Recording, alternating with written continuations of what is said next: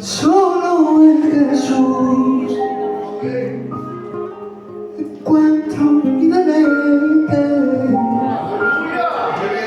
mirando aquella cruz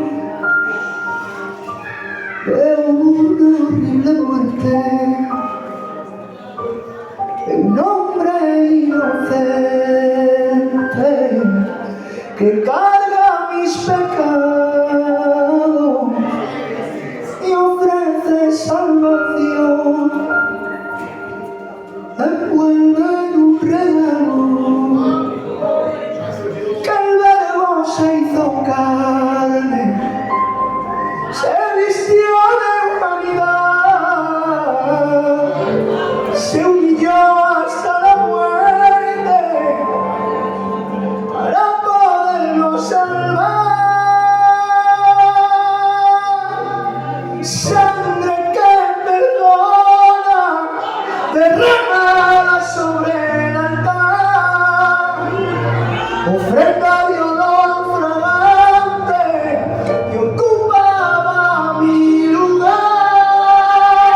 Sus heridas dan testimonio que ahora sí puedes entrar a disfrutar de Dios como Padre, porque el velo ya no está. Sangre que perdona, derramada sobre el altar, ofrenda de olor fragante que ocupaba mi lugar. Sus heridas dan testimonio que ahora sí puedes entrar a disfrutar de Dios como Padre, porque el velo ya no está.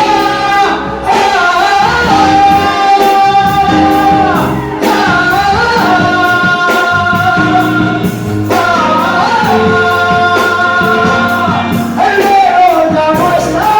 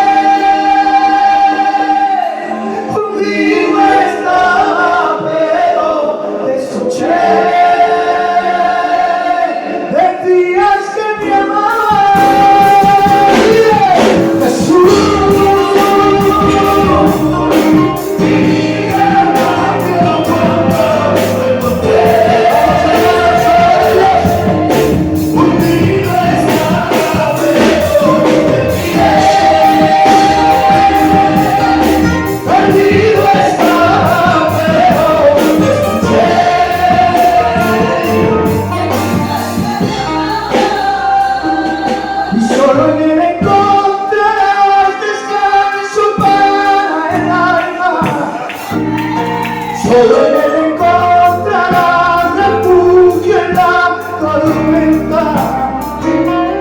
Él puede librarte de la vida venidera. Si tú te arrepientes, Él te da la vida eterna. Porque cada día con una cruz y unos clavos, una corona de espinas y un costado traspasado. Ven a acerca a ti, corriendo a Cristo, y Él te abrazará como un padre a un hijo. Ven a acerca a ti, corriendo a Cristo, y Él te abrazará como un padre a un hijo. Solo en Él encontrarás descanso para el alma.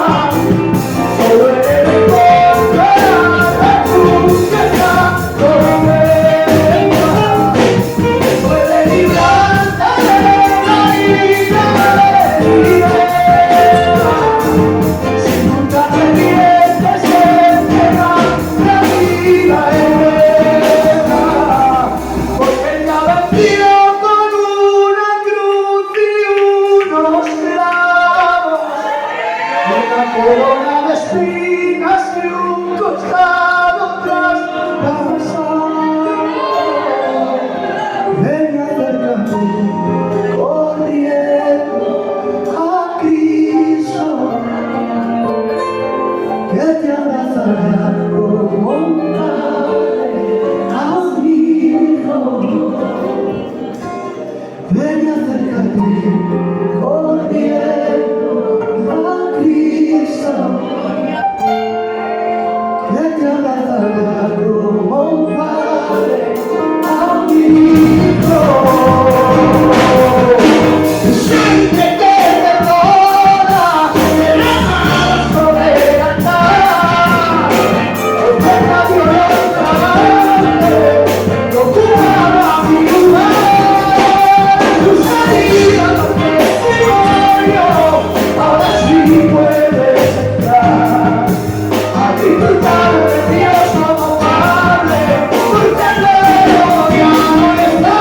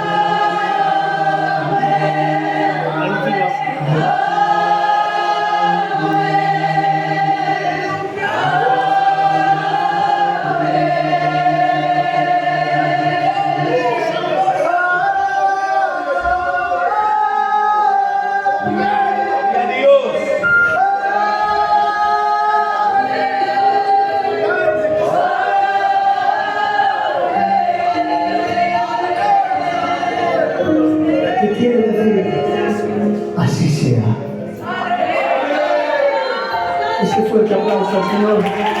Toma asiento, aleluya. Estoy disfrutando mucho en esta tarde, hermanos.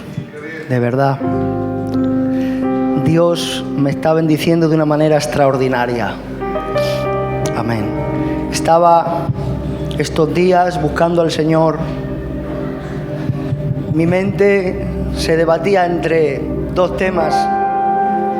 Y dije, pues ya que es domingo, que es el día de la cena del Señor, cuando Él la estableció, dijo que cuando hacemos eso, anunciamos su muerte.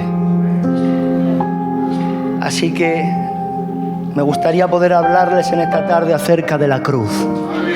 Amén.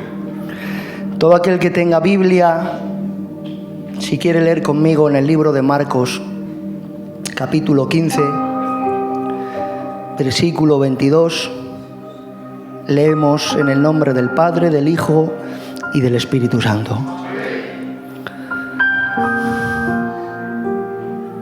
Y le llevaron a un lugar llamado Gólgota, que traducido es lugar de la calavera.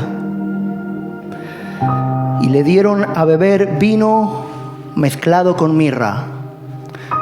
Esto era una sustancia que utilizaban con los crucificados, porque cuando estaban en la cruz lanzaban maldiciones y juramentos, y el vino con la mirra era como un tipo de sedante para mitigar un poco el dolor. Pero dice la Escritura, mas él no lo tomó, porque Jesús no quiso ahorrarse ni una gota de la agonía que debía sufrir por ti y por mí. Mas él no lo tomó. Cuando lo hubieron crucificado, repartieron entre sí sus vestidos, echando suerte sobre ellos para ver qué se llevaría cada uno. Era la hora tercera cuando le crucificaron, y el título escrito de su causa era El Rey de los Judíos. Crucificaron también con él a dos ladrones, uno a su derecha y otro a su izquierda, y se cumplió la escritura que dice, y fue contado con los inicuos. Y los que pasaban le injuriaban, meneando la cabeza y diciendo, bah, tú que derribas el templo de Dios y en 3 días lo reedificas, sálvate a ti mismo y desciende de la cruz. De esta manera también los principales sacerdotes, escarneciendo, se decían unos a otros con los escribas, a otros salvó, a sí mismo no se puede salvar. El Cristo, Rey de Israel, descienda ahora de la cruz para que veamos y creamos. También los que estaban crucificados con él le injuriaban. Cuando vino la hora sexta, hubo tinieblas sobre toda la tierra hasta la hora 9. Y a la hora 9, Jesús clamó a gran voz diciendo, Eloi, Eloi, lama sabactani, que traducido es, Dios mío, ¿por qué me has desamparado? Amén a la palabra del Señor. Si dependiéramos de los 4 evangelios para poder saber algo acerca de la crucifixión, si tuviéramos que depender de los 4 evangelios para saber cómo era la agonía que sufría una persona crucificada, no tendríamos suficiente información. Porque los evangelios no nos dicen nada acerca de la crucifixión. Lo único que dicen es, y le llevaron y le crucificaron. Pero no nos da detalles de lo que ocurrió allí. Ningún hombre que haya sido crucificado ha sobrevivido para decir qué es lo que sufre una persona que está colgada en una cruz. Deberíamos de ir a libros históricos de la historia secular de aquella época para saber un poco acerca de cómo era la agonía que sufría una persona al ser crucificada. Hay algunos documentos que nos pueden describir el dolor, la agonía y el método que utilizaban, pero los evangelios no nos dan esa información. Lo que sabemos es que La crucifixión fue inventada por los persas 600 años antes de Cristo. 200 años después, Alejandro Magno la adoptó y la introdujo en Roma. Y durante 400 años, los romanos estuvieron perfeccionando la crucifixión de tal manera que la crucifixión fuera la muerte más lenta, más dolorosa y más agónica a la que una persona se pudiera enfrentar. Durante 400 años los romanos perfeccionaron el sufrimiento y la agonía de una persona en la cruz. La crucifixión era un castigo reservado para los asesinos, los criminales, los malhechores y los esclavos más bajos. Así fue considerado Jesús. Así fue contado Jesús como el peor de los asesinos, como el peor de los ladrones, como el peor de los adúlteros, como el peor de los malhechores. En la cruz no crucificaban a extranjeros, solo crucificaban a extranjeros porque decían que era demasiada vergüenza y demasiado dolor para castigar en la cruz a alguien de su propia nación. Así fue considerado Jesús como un extranjero, como el peor de los malhechores. La víctima que moría en la cruz lo hacía por deshidratación o por asfixia. Siempre hemos visto como que a Jesús le clavaron en la palma de sus manos, ¿verdad? Las imágenes que vemos, pero eso no es así. A Jesús no le clavaron en las manos, le clavaron en las muñecas. En las muñecas se encuentra el nervio medio. Los médicos que saben dicen que es el nervio más doloroso que pueda haber. El dolor más infernal que una persona pueda experimentar es atravesarle el nervio medio. A Jesús no lo clavaron de las manos porque de su propio peso se hubieran desgarrado las manos. Le clavaron por las muñecas y también le clavaron en los pies. Y debajo de los pies colocaban una especie de tablilla que servía para que cuando el que estaba colgado en la cruz, debido al peso, Pastor Alfredo, debido al peso de su cuerpo, todos sus huesos se descoyuntaban. Los huesos del esternón, los huesos de los hombros se le descoyuntaban. Y eso lo que hacía era comprimir los pulmones de tal manera que empezaba a asfixiarse. Y entonces, para poder tomar una bocanada de aire, tenía que apoyarse sobre los clavos, sobre esa tablilla, para poder inclinarse y poder hacer y volver otra vez. Allí está Jesús, sometido al escarnio público, suspendido entre el cielo y la tierra. Allí está Jesús. Hay clavos que le están rozando los huesos de las manos. Clavos le están rozando los huesos de los pies. Y allí está, sometido al escarnio público, sometido a las burlas, a los insultos, a los menosprecios, suspendido entre el cielo y la tierra. Y debido a esto, está deshidratado en gran manera, a tal punto que su lengua se ha pegado a su paladar. A causa de la deshidratación, a causa de la sangre que ha derramado en la flagelación y que está derramando en la cruz, se ha deshidratado a tal manera que su lengua se ha pegado al paladar y se pueden contar todos sus huesos. Porque una persona, cuando es deshidratada en gran manera, el aspecto de esa persona es que la piel se pega a los huesos y los músculos se deshinchan. Parecía un esqueleto, hermanos, en la cruz. Allí estaba él desfigurado, perdió toda apariencia humana. Allí se encuentra Jesús. Pero los evangelios no nos dan estos detalles. Los evangelios no nos hablan acerca de la sangre, acerca de los clavos, acerca de la corona. No nos hablan acerca de la agonía. Pero hay un texto en la Biblia, hay una cita en el Antiguo Testamento que relata con exactitud, más que los 4 evangelios, la pasión, la agonía, el dolor y el sufrimiento de Jesús. Muchos pueden imaginar y se les puede ir la mente a Isaías 53, pero no. El Salmo 22. El Salmo 22 relata con exactitud cada paso de la pasión de Jesús. El Salmo 22 relata con exactitud la pasión, la agonía, el dolor y el sufrimiento de nuestro Señor Jesucristo. Y el Salmo 22 se escribió 1000 años antes del nacimiento de Jesús.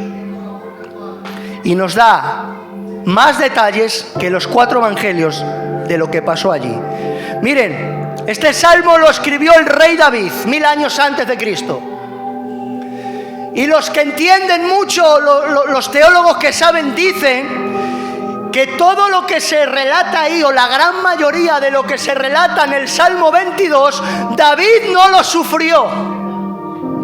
Las experiencias que relata David, que escribe David en el Salmo 22, la mayoría de ellas, David no las experimentó. Algunas sí, estaba siendo perseguido, estaba huyendo de Saúl, estaba en el desierto, durmiendo en cuevas, y hay algunas experiencias que sí parecen concordar con la vida de David, pero la mayoría de las experiencias y las expresiones que relata el Salmo 22 no tienen nada que ver con David.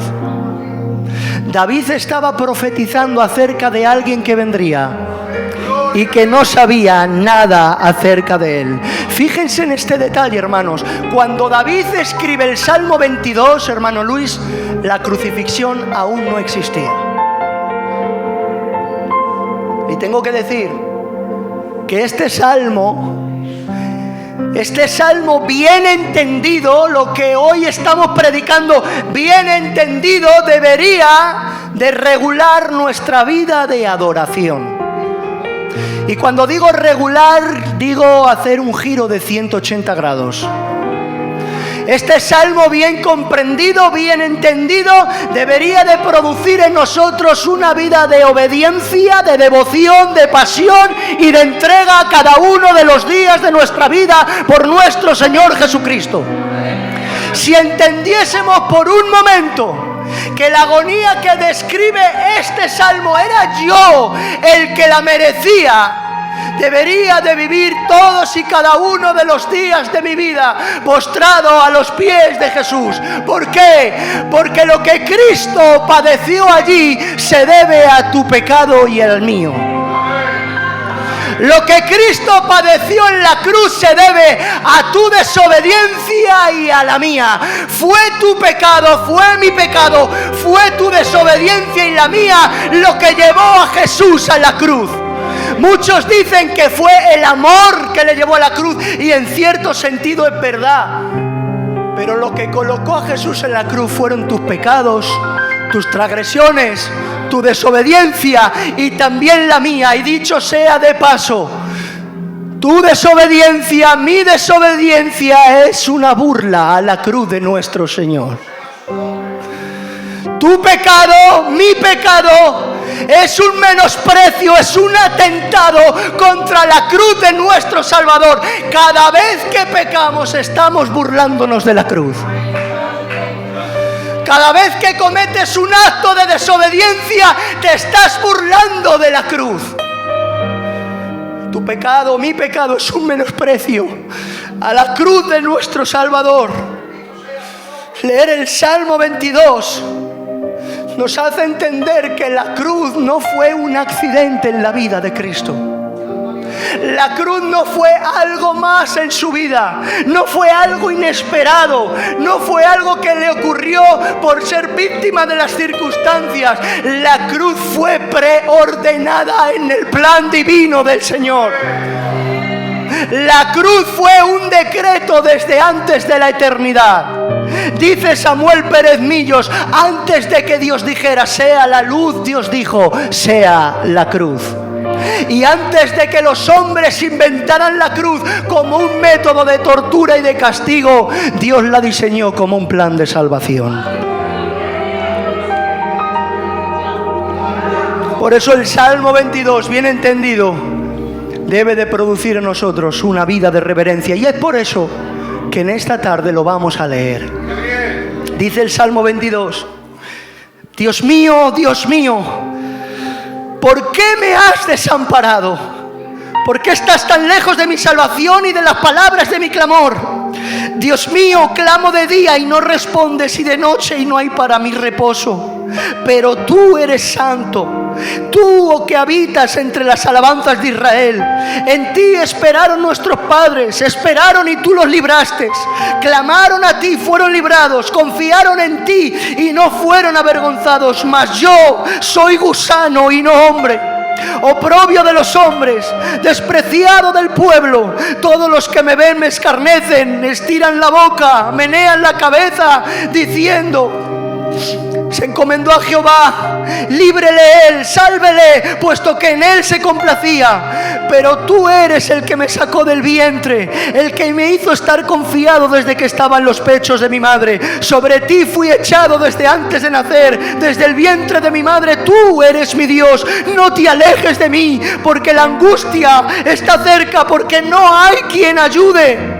Me han rodeado muchos toros, fuertes toros de Basán me han cercado, abrieron sobre mí su boca como león rapaz y rugiente. He sido derramado como aguas y todos mis huesos se descoyuntaron. Mi corazón fue como cera derritiéndose en medio de mis entrañas. Como un tiesto se secó mi vigor y mi lengua se pegó a mi paladar. Me has puesto en el polvo de la muerte, porque perros me han rodeado, me han cercado cuadrilla de malignos. Horadaron mis pies y mis manos, contar puedo todos mis huesos. Entre tanto ellos me miran, me observan, reparten entre sí mis vestidos y sobre mi ropa echan fuertes. Mas tú, Jehová, no te alejes, fortaleza mía, apresúrate a socorrerme. Gloria a Cristo, gloria a Jesús.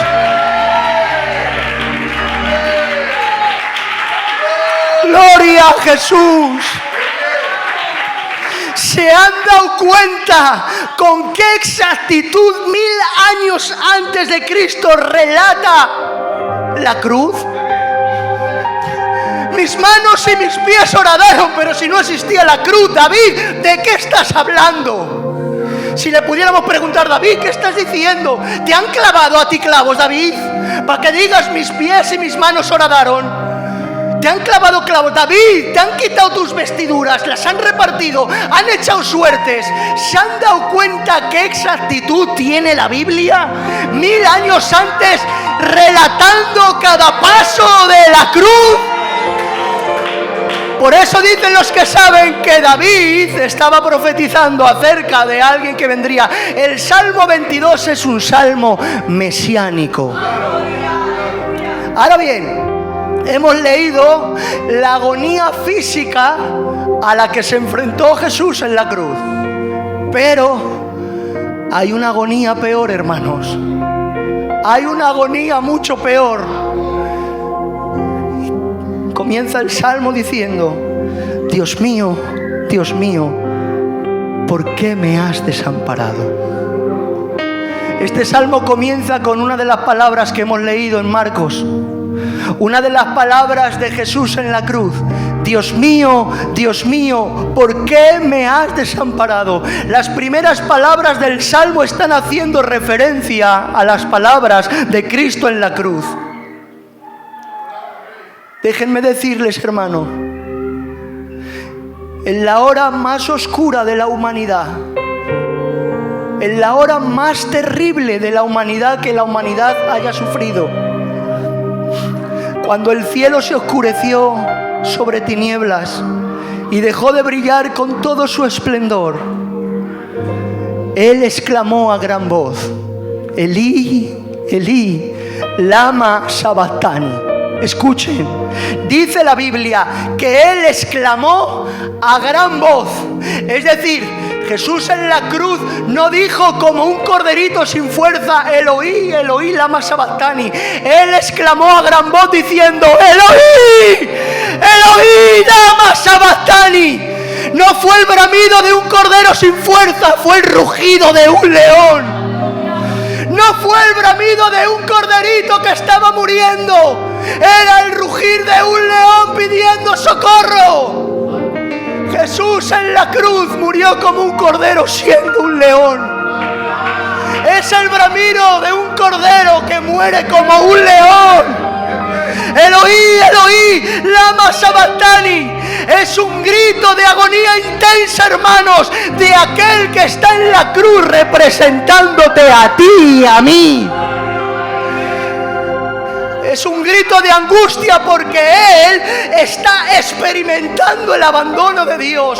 Jesús en la cruz está experimentando ser rechazado por Dios. Jesús está experimentando no ser escuchado por su Padre. Él está experimentando todo lo que deberíamos haber experimentado aquellos que aún no se hayan arrepentido de sus pecados. Él está experimentando el dolor de la separación. Es el grito de un león que muere como un cordero. Él está sintiendo la sensación de rechazo. Él está sintiendo estar lejos de Dios, estar apartado de Dios. Él está sintiendo no ser escuchado. Por eso escuchen. Dice el salmo que hemos leído, dicen, en ti esperaron nuestros padres, esperaron y tú los libraste, y clamaron a ti y fueron librados, confiaron en ti y no fueron avergonzados. Pero ahora Él está experimentando que está clamando y no hay nadie que venga a ayudarle. Está clamando y Dios guarda silencio porque está viendo en las espaldas de su Hijo tu pecado y el mío. Y Dios está guardando silencio a su Hijo para poder hablarte a ti. Dios está desamparando a su Hijo para que tú nunca seas desamparado. Él está castigando en la cruz a su Hijo para que tú no sufras este castigo. Pero hay una escena en Getsemaní, hermanos. Hay una escena en Getsemaní cuando Jesús dice, mi alma está angustiada hasta la muerte. Y cuenta la escritura que empieza a sudar gotas de sangre. Y cuando empieza a sudar gotas de sangre, tiene que venir un ángel para fortalecerle. Viene un ángel para fortalecerle, pero ahora está en la cruz y está experimentando que no viene ningún ángel, hermano. No hay un ángel que venga para fortalecerle. No hay nadie a su lado, todos le han dado la espalda. Se está cumpliendo la profecía de Zacarías que dice, herirán al pastor y las ovejas serán dispersas. Está allí solo y está experimentando el silencio del cielo. Esta es la agonía de la cruz. Él sufre allí para que no lo hagas tú. Esta es la agonía de la cruz. Él paga allí el precio para que no lo tengas que pagar tú. La pregunta es, ¿por qué era necesaria la cruz? ¿No podía haber sido de otra manera? Si hubiese sido verdad de todo lo que acusaban a Jesús, le tenían que haber apedreado. Pero la pregunta es, ¿no podía ser de otra manera? Dice Anselmo, un teólogo de unos siglos atrás, no podía ser de otra manera. La cruz era necesaria porque Adán sumergió a toda la raza humana en una condición de pecado vergonzosa y la única cosa que podía sacarla de allí era una pena igual de vergonzosa. La cruz era una vergüenza, hermanos, era una maldición. Sigue diciendo Anselmo, no podía ser de otra manera porque teníamos una deuda moral con Dios de una dimensión cósmica infinita y lo único que podía pagar esa deuda era un pago de valor infinito y lo único que tiene ese precio es la preciosa y gloriosa sangre de Cristo que propició la ira de Dios. No podía ser de otra manera, porque la muerte de Cristo tenía que ser con derramamiento de sangre, ya que está escrito: sin derramamiento de sangre no hay remisión de pecados. No podía ser de otra manera, tenía que ser la cruz, porque sin la cruz no hubiera habido propiciación, no hubiera habido redención, no hubiera habido sustitución, justificación, santificación. No podía ser de otra manera, hermanos, porque solamente la ira de Dios podía aplacarse con la sangre de un cordero sin mancha. Fue la sangre de Cristo lo que propició la ira de Dios. Cristo, con su preciosa sangre, pagó la deuda a Dios, no a Satanás, como algunos dicen. Cristo no pagó a Satanás nada. Él pagó a Dios la deuda que había sobre nosotros. Y ahora, hermanos, cuando Dios ha quedado satisfecho, cuando su ira ha sido placada, su justicia ha quedado plenamente satisfecha, entonces Dios puede derramar su amor sobre los pecadores. Había algo, hermanos, en el templo, en el lugar santísimo, que impedía que Dios pudiera desbordar todo su amor, y era el velo del templo. Mas dice la Escritura que cuando Jesús murió, el templo se rasgó en dos. Dice: de arriba abajo, no dice de abajo arriba, dice de arriba abajo, porque está representando no que tú vayas a entrar al lugar santísimo, sino que Dios sale a buscar al pecador. ¿Por qué digo esto? Porque dice la Escritura que aunque el lugar santísimo esté abierto, dice la Escritura en Romanos 3:10, no hay justo ni a un uno, no hay quien entienda, no hay quien busque a Dios, no hay quien haga lo bueno, todos se han desviado, a unas se hicieron inútiles. No hay quien busque a Dios, ni siquiera uno. Nadie quiere entrar aunque Él se pueda. ¿Qué es lo que hace Dios? Sale a buscarte. Porque desde el principio Dios tomó la iniciativa de salir a buscar al pecador. Desde el principio Dios dijo: Adán, ¿dónde estás tú? Fue desde el principio que Dios salió a buscar a los pecadores, porque el Hijo del Hombre vino a buscar y a salvar lo que se había perdido. ¿Sabe quién se había perdido? Tú y yo. Los perdidos éramos nosotros, no Él. Fue el amor de Dios en acción, saliendo a tu encuentro para rescatarte. Fue el amor de Dios, dejando 99 si es necesario y saliendo a buscar a una. Ya termino.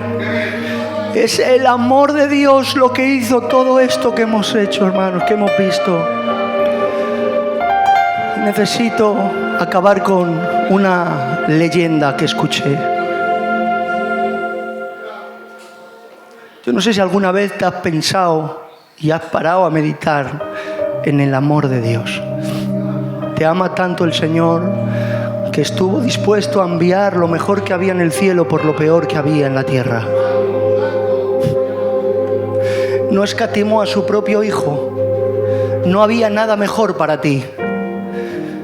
Y ahora tú piensas que porque Dios no te da lo que estás pidiendo, dices que Dios no te ama.